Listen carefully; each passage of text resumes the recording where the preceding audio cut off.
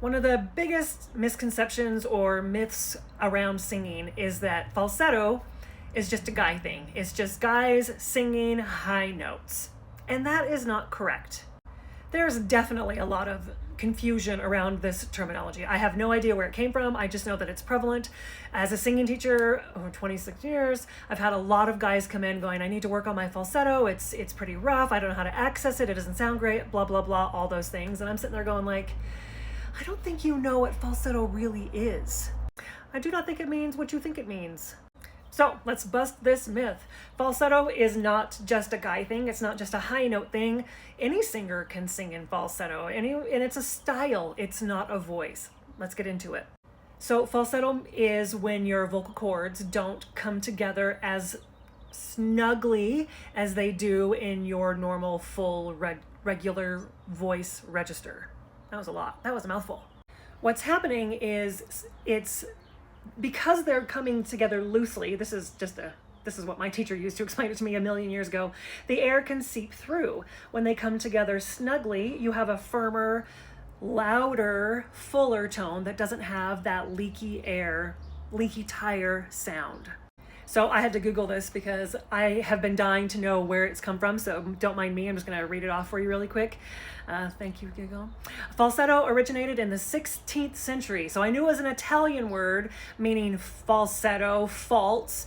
And what that kind of layman's terms means that the folds have multiple layers and the false folds come together and not the full fold coming together, which is kind of cool, I think. And of course, like I just said, it was generally used for men or boys using their upper register. It's kind of cool.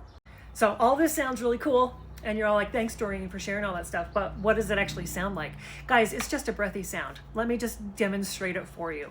So in my chest voice, I should sound like I'm talking. It's a solid sound. I'm not talking like this. So here's my note. I'm in my chest voice. You can't really hear much breath coming through. And now I go to falsetto, and I'm running out of breath really fast, and it's really hard and exhausting. My folds are not coming together fully, so it's not giving me that full sound. Easy, right? Now my head voice. I'm gonna sing up here. This is my head voice. You can hear how strong it is. It's not as breathy. And then I switch to this, and I lose all my volume, and I keep running out of air, and it's really exhausting. Ugh. So what's happening is that, singers, brand new singers, old singers, whatever, people who don't understand the voice, don't really know that it's not supposed to be that way, that there are other options. So I do want to be clear about this piece though. It's style. In my mind, falsetto is a really cool style to add to your song, which gives it kind of an emotional deliciousness, and that's where we would want to use it. Obviously, using it on purpose for that emotional lift that we're looking for. If that breathy tone is all you have access to, one, you're losing all of the power and oomph that you could be having, and then you lose those little shades of delicious gray that you could be having in the moments of the song. All right, so real world example. How do I use it? Where would I use it? What does it even sound like if I'm doing it on purpose? All right, we're gonna try a little Adele. I had to pull my lyrics out because for whatever reason, I can't seem to remember them today. See if you can tell when I do it.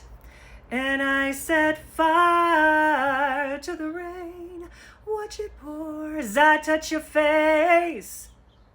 I think that's pretty obvious, but hopefully you get to hear the difference. Now, normally I probably wouldn't throw the falsetto in that particular moment, but that's the song that's in my brain today. Did you tell? So let's just say it though. Falsetto isn't bad. Again, I've already said it's a style. Breathiness is kind of cool. It works really well if you're using it in those great moments. But if that is the only way you're able to sing, I think that's when you need to look for a singing teacher.